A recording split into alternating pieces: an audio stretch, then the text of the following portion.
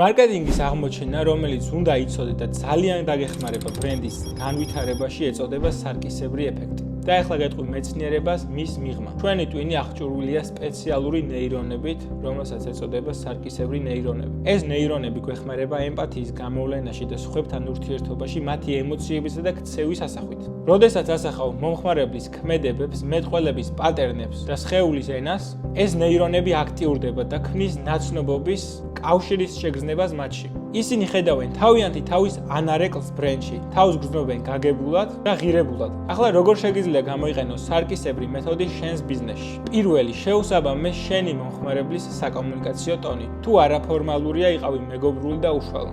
თუ ფორმალურია, უპასუხე პროფესიონალურად. შემდეგი არის ვიზუალები, გამოიყენე ისეთი, რომელიც ეხმიანება სამიზნე აუდიტორიას. ასახავს მათ ცხოვრების სტილს, იდენტობას და ღირებულებებს. და რა თქმა უნდა, თავად პროდუქტი, შესთავაზე მათ საჭიროებებსა და გემოვნებაზე დაკავშირებული. დანერგე ეს მიდგომა შენს მარკეტინგში და ნახავ გაყიდვები როგორ გაიზრდება.